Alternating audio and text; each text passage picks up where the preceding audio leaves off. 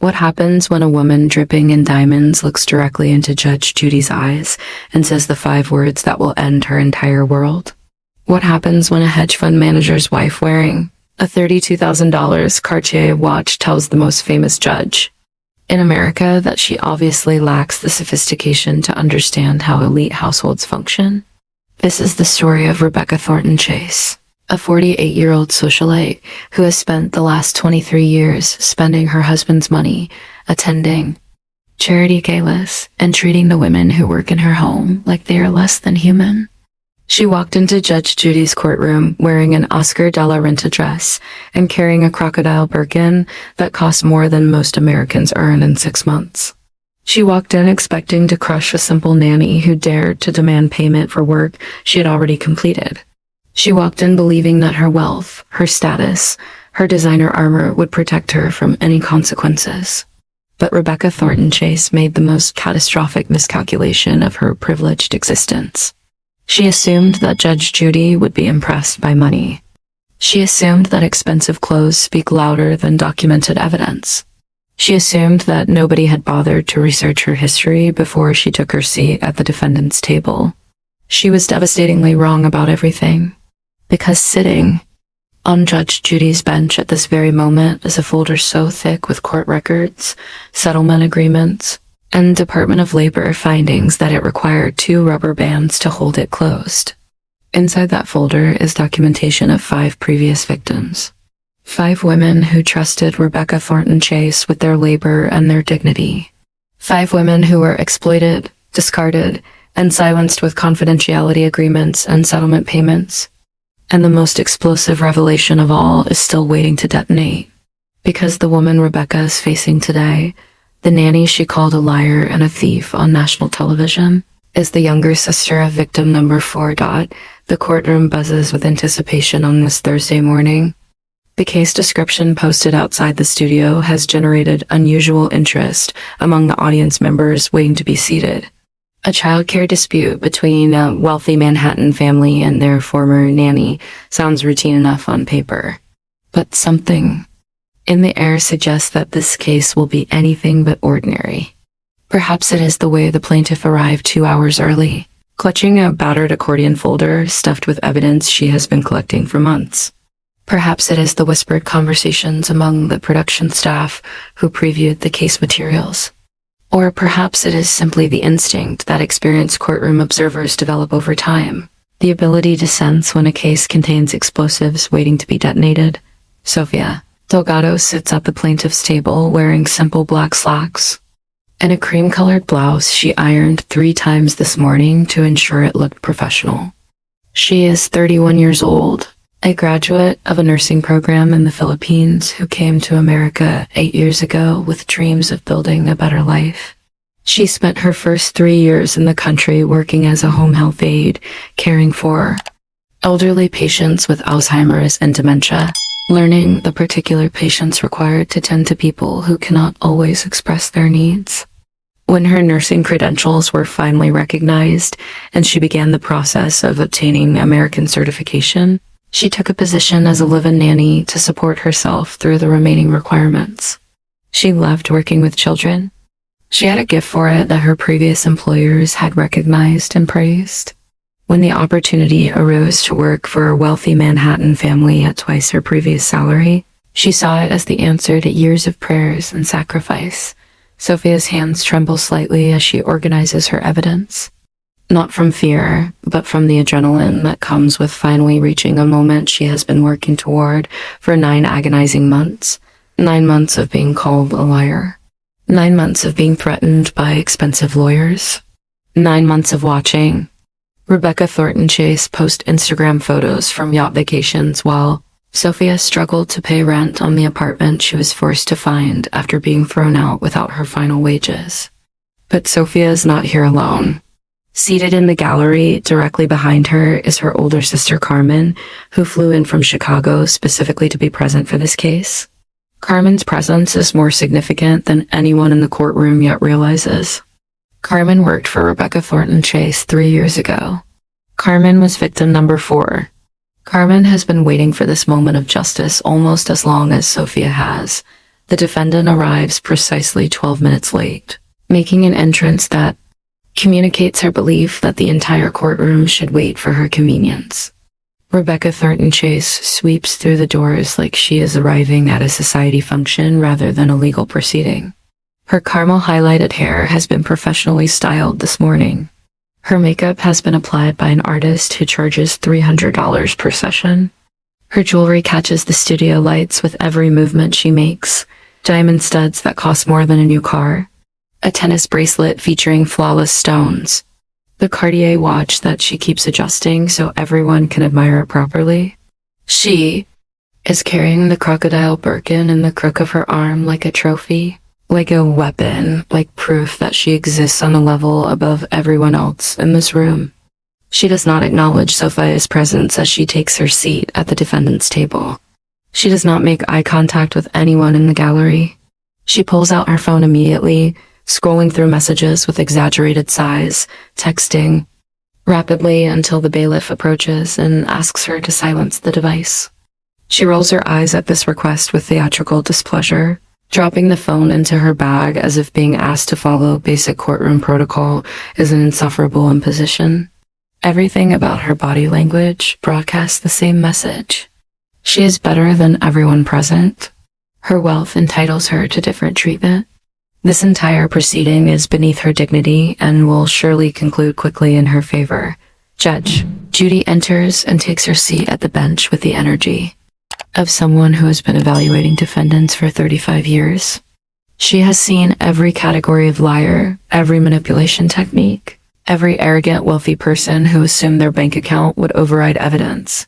Her legendary instincts for detecting deception have been refined through tens of thousands of cases, and those instincts are currently sending urgent warnings about the woman sitting at the defendant's table.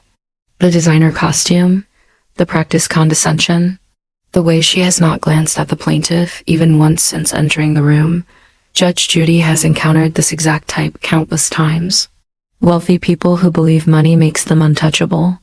Privileged people who view workers as invisible servants undeserving of basic respect. Arrogant people convinced they can lie their way out of any accountability because it has always worked before. What Rebecca does not know, what she completely failed to consider before strutting into this courtroom, is that Judge Judy spent considerable time last night pulling every public record she could find. Court documents from previous cases, settlement agreements that became public despite confidentiality provisions, Department of Labor investigation findings. The thick folder sitting on Judge Judy's bench contains documentation so comprehensive that it will systematically demolish every lie Rebecca is preparing to tell. And it will connect her to a pattern of exploitation so deliberate, so calculated, that even the most cynical observers will be shocked by its scope. Asterisk. Judge Judy opens the case file and examines the preliminary information. Mrs. Thornton-Chase. She begins, her voice carrying its characteristic authority. Ms. Delgado claims she worked as your live-in nanny for 11 months and that you owe her $9,400 in unpaid wages for her final 4 months of employment. She also claims you terminated her without the notice required by your employment agreement. How do you respond to these allegations? Rebecca waves her hand with practiced dismissiveness, her diamond bracelet catching the light in a way that seems almost intentional. Your Honor, I manage an extremely complex household with multiple staff members across various functions. We have nannies, housekeepers, personal assistants, drivers, property managers. People constantly cycle through our employment. I cannot reasonably be expected to remember the specific details of every person who has worked in our homes over the years. It is simply not realistic given the scale of our domestic operations. Judge Judy removes her glasses with deliberate slowness, a gesture that anyone familiar with her courtroom recognizes as a warning signal. So you are confirming that Ms. Delgado did work in your home at some point? You are acknowledging her employment to that extent? Asterisk. Rebecca recognizes immediately that she has made a tactical error. Her recovery attempt is clumsy and unconvincing. What I am saying, Your Honor, is that many people work in our various residences throughout any given year. This particular woman She gestures toward Sofia without actually looking in her direction. I have no specific recollection of her face or her work. She may have been part of a staffing agency that provided temporary childcare coverage, but an 11-month employment relationship where I personally hired and supervised her, that is a complete fabrication designed to extract money from my family. Judge Judy turns her attention to Sofia. Miss Delgado, what evidence do you have that you worked directly for Mrs. Thornton-Chase as her children's primary nanny? Sofia opens her accordion folder with movements that are careful and practiced. She has rehearsed this moment dozens of times, organizing and reorganizing her evidence until she knew exactly where every document was located. Your Honor, I have extensive documentation. I have over 200 photographs of myself with Mrs. Thornton-Chase's 3 children spanning the full 11 months of my employment. Photographs at their school events, at their birthday parties, at their doctor appointments, at their extracurricular activities. Every photograph is time-stamped and many include location data. I have text messages from Mrs. Thornton-Chase's personal phone giving me detailed instructions about the children's schedules, their dietary requirements, their medication needs, their behavioral issues. I have a detailed work log I maintained documenting my hours, my duties, and any incidents that occurred. And I have testimony from the children's school, from their pediatrician's office, and from 3 of their activity instructors, all of whom interacted with me regularly as the children's primary caregiver. She hands copies to the bailiff, who passes them to Judge Judy. The photographs are clear and comprehensive. Sofia with the 3 Thornton-Chase children at what is obviously a school science fair, a blue ribbon visible on their project. Sofia at a birthday party in an elaborately decorated mansion, helping a child blow out candles on a cake. Sofia in a pediatrician's waiting room, a child asleep against her shoulder. Sofia at a dance recital, holding flowers for a beaming little girl in a tutu. The images span seasons and locations, documenting a relationship that clearly extended over many months and involved intimate, trusting interactions with the children. Rebecca laughs, and it is the most condescending sound Sofia has ever heard directed at her.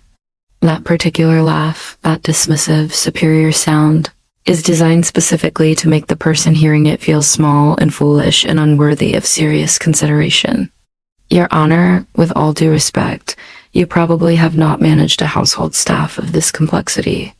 These photographs could have been taken in any context. We host numerous events. We have many caregivers. Anyone could have snapped pictures with my children during group activities. It proves absolutely nothing about a direct employment relationship with me personally. Judge Judy replaces her glasses and stares at the Rebecca with an expression that would make most defendants immediately reconsider their approach. Mrs. Thornton-Chase, I have been practicing law since before you married into money. I have managed cases involving custody disputes between billionaires, international child abduction situations, and life-altering decisions affecting vulnerable families. I have evaluated more evidence and assessed more testimony than you have attended charity gave us. So please do enlighten me about household complexity. Rebecca fails entirely to recognize the danger she is in. She continues in that same patronizing tone, seemingly incapable of adjusting her arrogance, even when basic self-preservation should demand it. I simply mean that people who operate at a certain socio-economic level handle childcare arrangements differently than what you might typically encounter in small claim situations. Managing nannies, coordinating schedules across multiple children with different needs, dealing with various domestic employees. It is extraordinarily complicated. These situations are rarely as straightforward as someone claiming they are owed money for services. There are layers of nuance that require sophisticated understanding. Judge Judy's voice becomes quieter, which is always considerably more dangerous than when she raises it. I understand the nuance perfectly well, Mrs. Thornton-Chase. Please continue with your testimony. I am fascinated to hear more about your sophisticated perspective on domestic employment. Sofia presents additional evidence with the quiet determination of someone who has been preparing for this moment for 9 months. She shows the text messages on her phone, scrolling through hundreds of them spanning the full 11 months. Sofia, please make sure Madison takes her ADHD medication at exactly 8 a.m., not before and not after. Sofia, the twins have their violin lesson moved to 4 p.m. Thursday. You will need to pick them up from school early. Sofia, I need you to stay overnight this weekend. We have the Hamptons benefit and will not return until Sunday. Sofia, please document everything Madison eats today. Her nutritionist wants a complete food diary. Every message is detailed, specific, and clearly from someone directing an employee with intimate knowledge of the household and complete authority over childcare decisions. Judge Judy examines the messages with careful attention. These messages span 11 complete months. Mrs. Thornton-Chase, extremely specific instructions about your children's medication, their schedules, their activities, their dietary requirements. Information that only a trusted primary caregiver would receive. You are claiming you have no memory whatsoever of Miss Delgado. No recollection of the woman who received all of these detailed instructions from your personal phone about your own children. Rebecca shifts uncomfortably beneath her designer armor but continues doubling down on her denial. Your Honor, I am an extremely busy woman with significant social and philanthropic commitments. I frequently delegate communications to my personal assistant or my household manager. They sometimes send messages from my phone when coordinating schedules. The existence of text messages proves nothing about who actually composed them, or whether this woman worked for me in the capacity she is claiming. Sofia speaks up, her voice steady despite the nerves churning in her stomach. I have a deposit into my bank account from your personal checking account, Mrs. Thornton-Chase, dated exactly 11 months ago. $2,800 for my first month as your live-in nanny. After that first month, you insisted on paying me in cash. You said it was simpler for both of us. You said you preferred not to create complicated payroll documentation for domestic positions. Judge Judy examines the bank statement carefully. This deposit is indeed from an account registered to you, Mrs. Thornton-Chase, made out to Sofia Delgado. Dated exactly 11 months ago. The amount matches what Ms. Delgado claims was her agreed monthly salary. Rebecca's attorney attempts to intervene, sensing the building disaster, but Rebecca silences him with an imperious gesture. She is absolutely determined to handle this herself, convinced that her wealth and her confidence will carry the day despite mounting evidence to the contrary. Your Honor, you clearly do not understand the financial optimization strategies that people at my wealth level commonly employ. No offense intended, but presiding over small claims cases probably has not exposed you to sophisticated household management and payroll techniques. Cash payments are extremely common for domestic staff. It is actually beneficial for everyone involved when structured appropriately. The courtroom goes completely silent. Even the court reporter stops typing mid-sentence. Did this woman genuinely just tell Judge Judy that she does not understand financial sophistication? Did she actually imply that Judge Judy's professional experience is too limited to comprehend how wealthy people manage their domestic employees? Judge Judy removes her glasses again and places them on her bench with exaggerated care. So you are now admitting on the record that you paid Ms. Delgado in cash, specifically to avoid creating payroll documentation and reporting her employment to the Internal Revenue Service? That is what you are telling this court. Rebecca's face flickers with the first visible signs of panic as she realizes she has walked directly into a trap of her own making. I am saying that the cash payments she claims occurred never actually happened, because she never worked for me in any consistent capacity that would require regular payment. This is entirely her word against mine. And frankly, Your Honor, you are taking the word of a foreign nanny over someone of my standing in the community. That priority should tell you something about how this case is being evaluated. Judge Judy leans back in her chair, and that slight, dangerous smile appears at the corners of her mouth. The smile that experienced viewers know means someone is about to be completely destroyed. I am taking evidence over arrogance, Mrs. Thornton-Chase, but please continue excavating this hole you are standing in. You seem to be enjoying the process. Rebecca's confidence remains inexplicably intact, despite every warning sign screaming at her to stop talking. She genuinely believes that her wealth, her status, her designer costume, her social connections will somehow carry more weight than Sofia's documented evidence. Your Honor, let us be realistic about what is actually happening here. This woman worked in my home, if she worked there in any capacity whatsoever, as casual temporary childcare. There was no formal employment relationship, no written contract, no official agreement establishing me as her employer. She is attempting to claim I owe her nearly $10,000 based entirely on her own self-serving assertions. Where are the W-2 tax forms? Where is the documentation of consistent employment? None of it exists because this alleged relationship never existed in the manner she is describing. Sofia speaks up, her voice growing stronger with each word. Mrs. Thornton-Chase, you specifically told me not to report the income. You said it would be simpler and more advantageous for both of us. You said you had many domestic employees and it was easier to handle everything in cash to avoid the paperwork burden. I trusted you because I needed that job desperately. My father was dying in the Philippines and I was sending money home for his medical treatments. I believed you when you promised to pay me fairly because I needed to believe you. Rebecca laughs again with that same dismissive, superior sound. Your Honor, now she is claiming I instructed her to commit tax fraud. This is becoming increasingly absurd.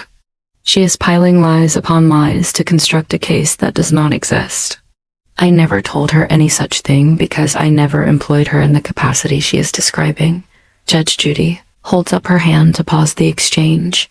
Mrs. Thornton-Chase, before you entered my courtroom today, what research did you conduct about me? About my background? About my career before this television program? Rebecca appears genuinely confused by this question. Research? Your Honor, this is small claims court over a dispute about babysitting services. I did not think extensive preparation was necessary. I am simply here to defend myself against fraudulent claims from someone hoping to exploit my family's financial resources. Judge Judy's smile grows slightly wider, and something almost predatory enters her expression. That might have been your first mistake, Mrs. Thornton-Chase. That might very well have been the most significant mistake you have made in this entire proceeding.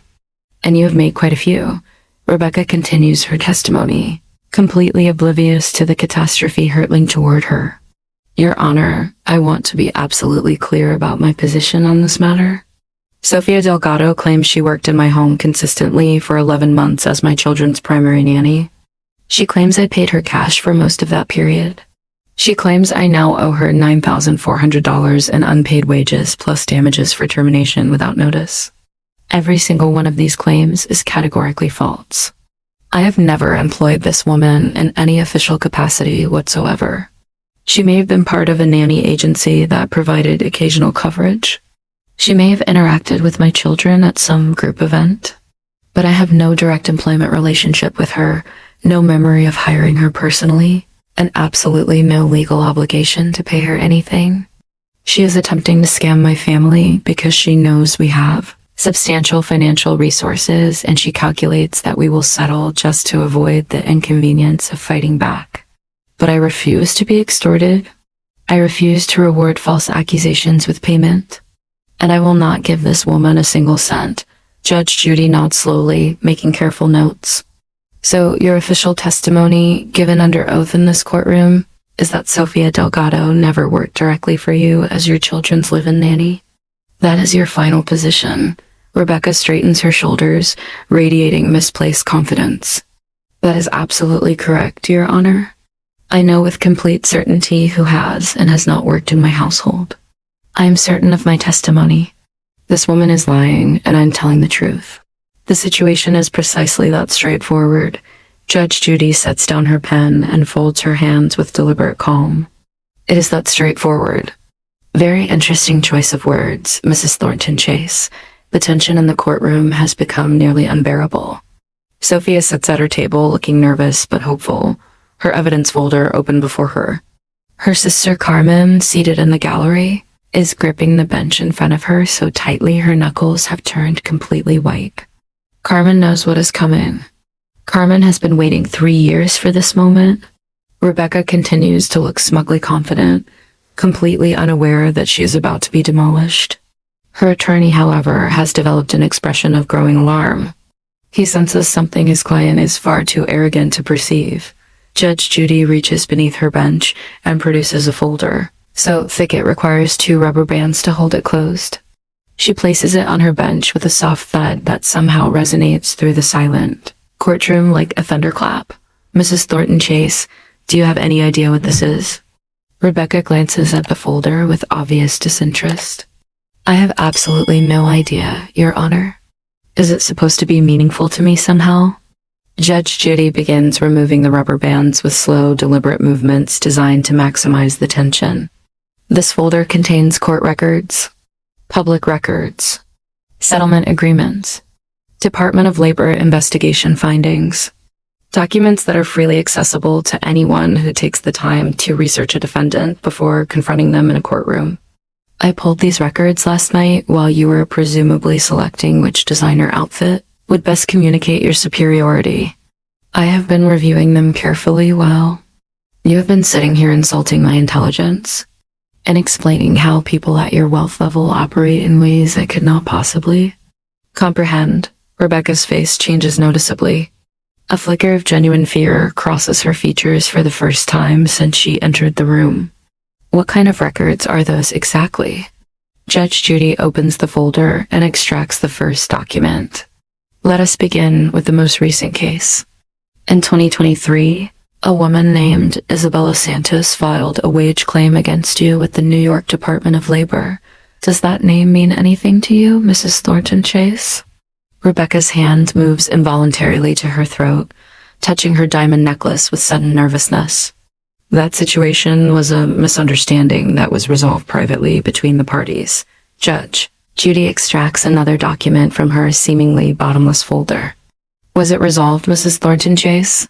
Because according to the official Department of Labor findings, you employed Isabella Santos as a live-in nanny for 14 months, paid her entirely in cash for the first 9 months, then simply stopped paying her while expecting her to continue working for an additional 5 months.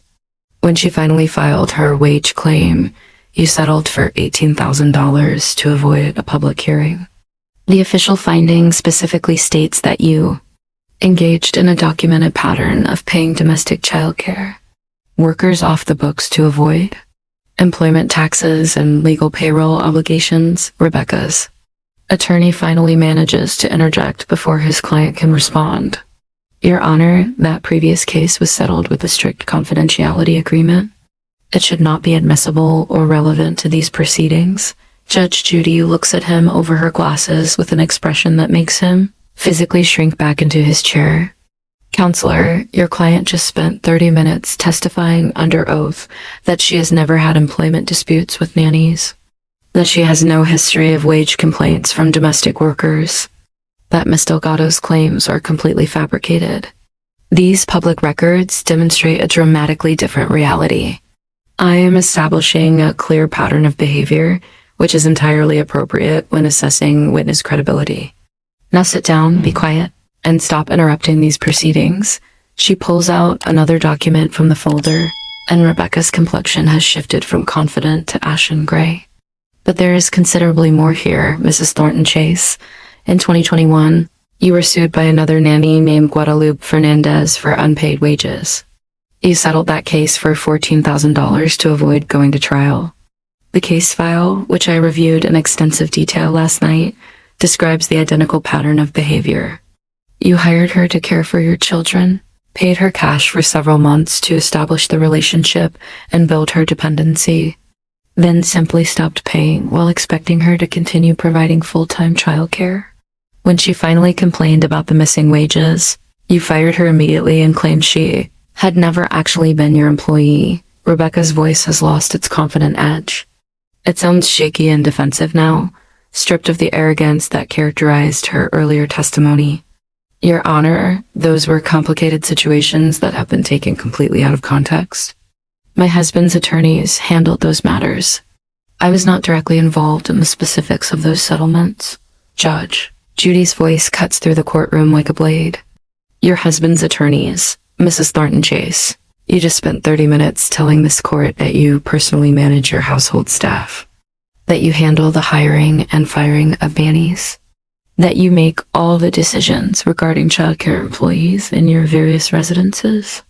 Which version is accurate? Are you the hands-on household manager you claim to be? Or are you simply a woman who hides behind her husband's wealth and lawyers when your exploitative behavior becomes publicly exposed? Asterisk Rebecca opens her mouth, but no words emerge. Her attorney places his hand on her arm, desperately trying to signal her to stop talking, but the damage has already been done and continues to compound with each passing moment. Judge Judy is nowhere near finished. She extracts yet another document from her devastating folder. And here is where this case becomes particularly interesting. Mrs. Thornton-Chase, in 2022, you settled another wage dispute. This case involved a woman named Carmen Delgado. You paid her $16,000 to avoid going to court. Rebecca's voice emerges as barely a whisper. That is a different Delgado. Different woman entirely. Judge Judy's voice rises with controlled fury. I am fully aware that it is a different Delgado, Mrs. Thornton-Chase. Carmen Delgado is Sofia Delgado's older sister. She is sitting right there in this courtroom gallery. Every head in the room turns toward Carmen, who stands up slowly from her seat. She is trembling with emotion, tears streaming down her face, but her voice is clear and strong when she speaks. She did the same thing to me that she did to my sister. She hired me. She paid me cash. She stopped paying. She kept me working for months with promises and excuses. When I finally demanded my wages, she threw me out and called me a thief. She said I had stolen from her children. She threatened to call immigration even though I am a citizen. I warned Sofia not to work for her. I begged her not to take that job. But Sofia needed the money for our father's medical care. She thought her experience would be different because they are supposed to protect each other. It was not different. It was exactly the same. The courtroom has gone completely silent. Sofia is crying openly at the plaintiff's table, her sister's presence and testimony validating months of feeling alone and disbelieved. Rebecca has slumped in her designer chair, her carefully constructed facade crumbling visibly with each new revelation. Judge Judy pulls out yet another document. And here is what I found most compelling in my research. Mrs. Thornton-Chase, in 2020, you settled a case with a nanny named Rosario Mendez for $12,000. In 2019, you settled with a nanny named Patricia Herrera for $11,000. That is 5 documented cases in 5 years. Mrs. Thornton-Chase, 5 immigrant women who trusted you to pay them for caring for your children. 5 women you exploited, discarded, and then silenced with confidentiality agreements designed to bury your pattern of behavior. Rebecca is sobbing now, her designer makeup streaming down her face in dark rivulets. Your Honor, please, I can explain all of this if you will just listen. Judge. Judy slams her hand on the bench with a crack that makes half the courtroom physically jump. Explain what exactly?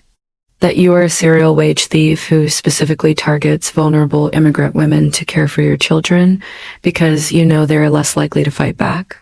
That you have built a systematic pattern of exploitation spanning at least 5 years and 5 documented victims.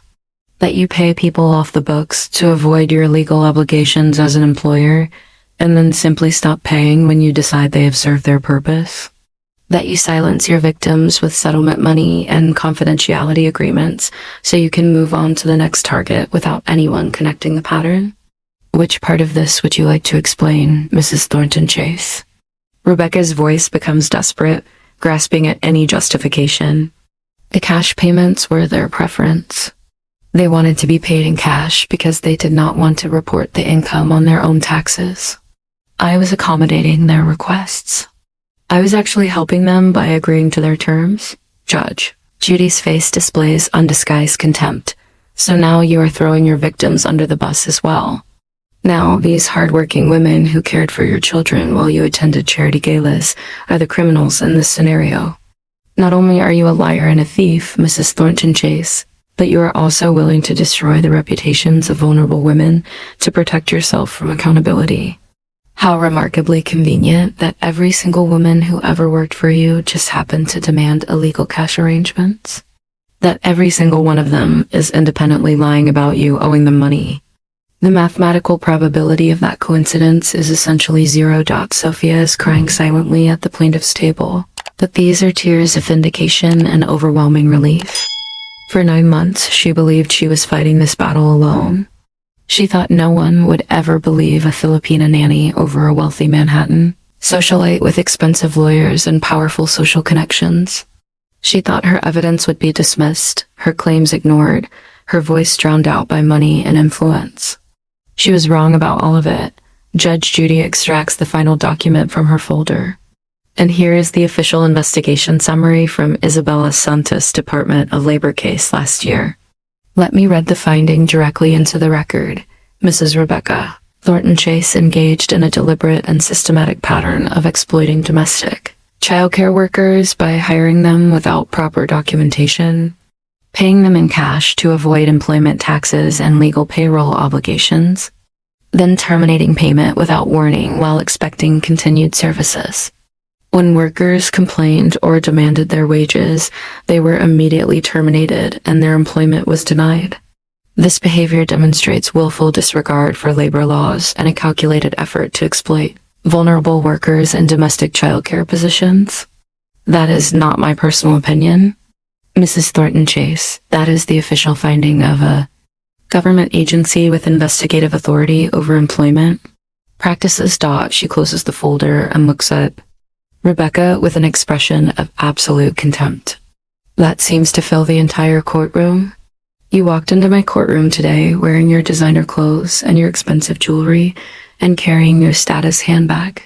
And you made the catastrophic mistake of assuming I was impressed. You assumed that because Sofia Delgado immigrated from the Philippines and works as a nanny, she was not intelligent enough to document her employment properly.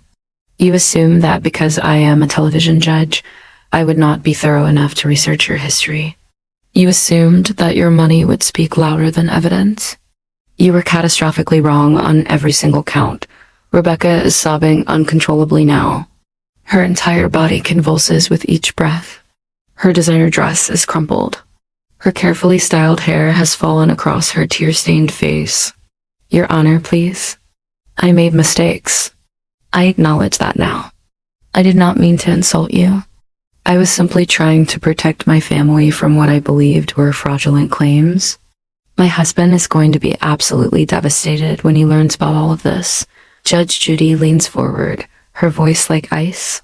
Then you should have considered that before you built your comfortable lifestyle on the backs of women you refused to pay. You should have thought about consequences before you walked into my courtroom and insulted my intelligence while committing perjury under oath. You should have thought about your husband's reaction at some point during the past 5 years of systematically exploiting vulnerable immigrant workers. But thinking about consequences has never been something you were required to do. Until today. Rebecca makes one final desperate attempt. Your Honor, what if we settle this right now? I will pay Sofia whatever she wants. Double the amount. Triple it. I will write a check immediately. We can make this entire situation disappear. Judge Judy's laugh is sharp and utterly devoid of humor. Now you want to settle. After you spent 45 minutes claiming Sofia never worked for you. After you called her a liar and a scammer trying to exploit your wealth. After you suggested she fabricated an entire employment history out of thin air.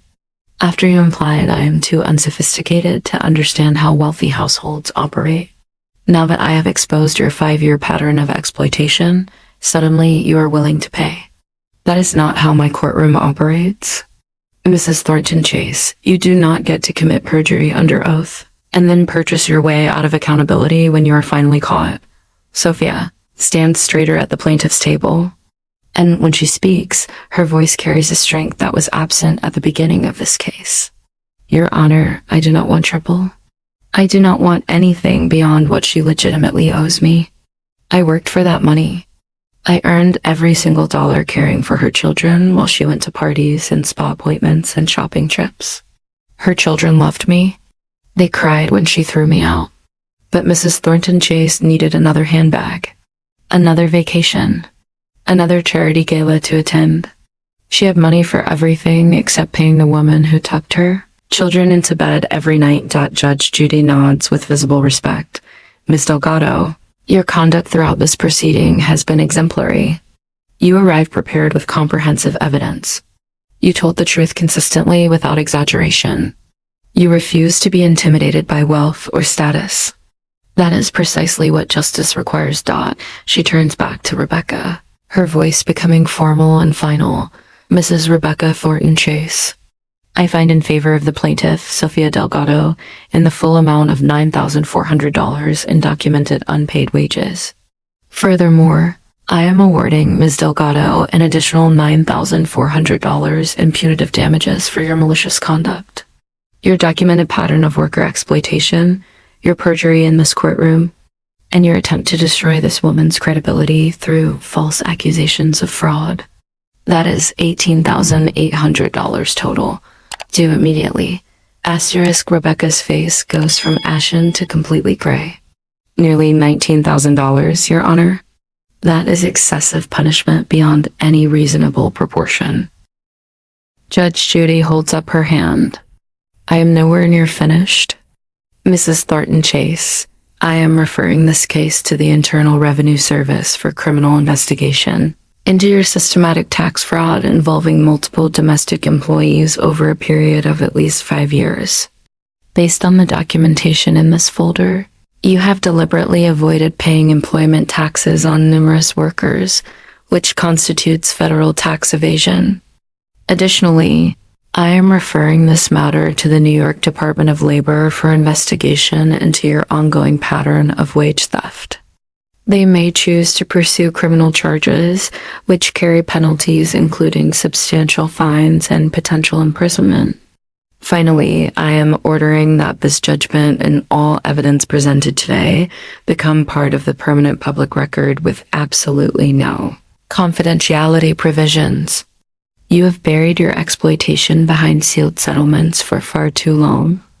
It is time the public learns exactly who you are and what you have done to vulnerable women who trusted you with their labor and their dignity.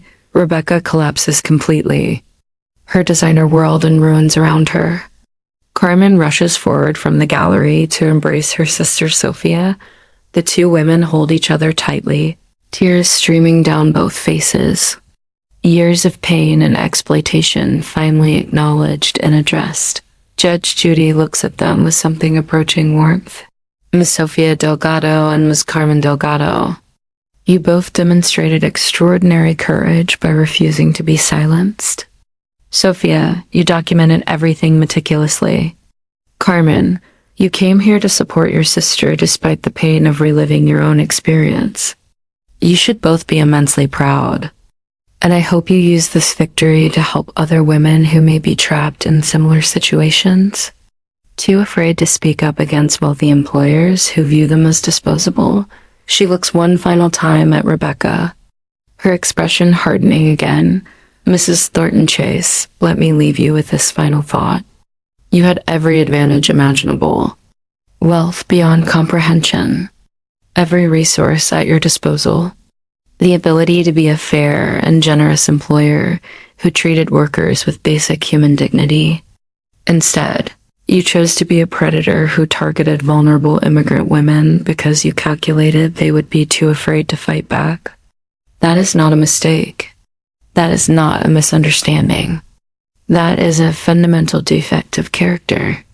The $18,800 you owe is insignificant compared to what you owe these women in basic human respect.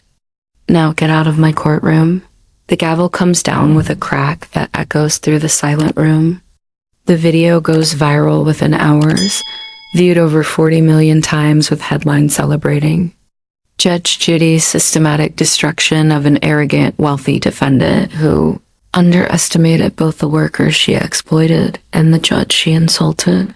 Within 1 year, 3 more of Rebecca's former employees come forward after seeing the viral coverage. The IRS opens a full investigation. The Department of Labor pursues criminal charges. Rebecca Thornton-Chase's husband files for divorce, citing irreconcilable differences and public humiliation. The confidentiality agreements from her previous settlements are voided by court order, allowing all 5 previous victims to tell their stories publicly. Sofia uses a portion of her settlement to help her mother after her father passes away. She returns to nursing school and completes her American certification. She now works as a pediatric nurse, caring for children with the same dedication she showed to the Thornton-Chase kids who loved her. Carmen starts a support group for immigrant domestic workers facing wage theft, helping them document their employment and connecting them with legal resources. And Judge Judy's words continue to echo across millions of views. Documentation beats arrogance, evidence overcomes entitlement, and the truth, carefully gathered and courageously presented, always wins in the end.